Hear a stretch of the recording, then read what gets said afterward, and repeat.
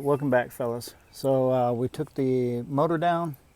Those 3 screws, and undid the teeth. As you see, there's a little gear right there. Looks in very good shape.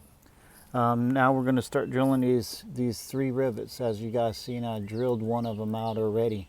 I was testing it before I made you look. So get your drill bit. Make sure you got some mirror protection on.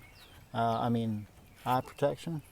So this is going to be a really tight fit. So what we're going to try to do is I'm going to try to move this little thing over a bit because I'm going to drill as straight as possible.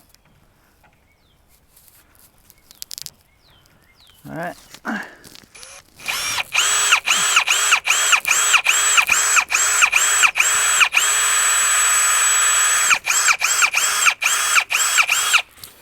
Now, as y'all might know, some might know, you don't want to do too much because you're trying to just break that rivet like that so it can come down. We don't want to try to put too much pressure on it, because if we put too much pressure on it, especially if we're drilling sideways, put too much pressure on it, we may go through the roof and then we got all kind of issues.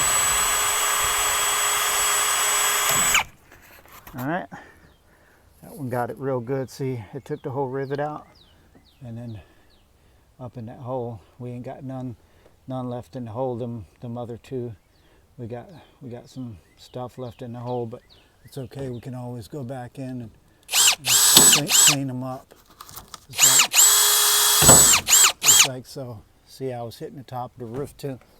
That's why I said you got to be careful when you're doing it so you don't damage the roof and go through your roof.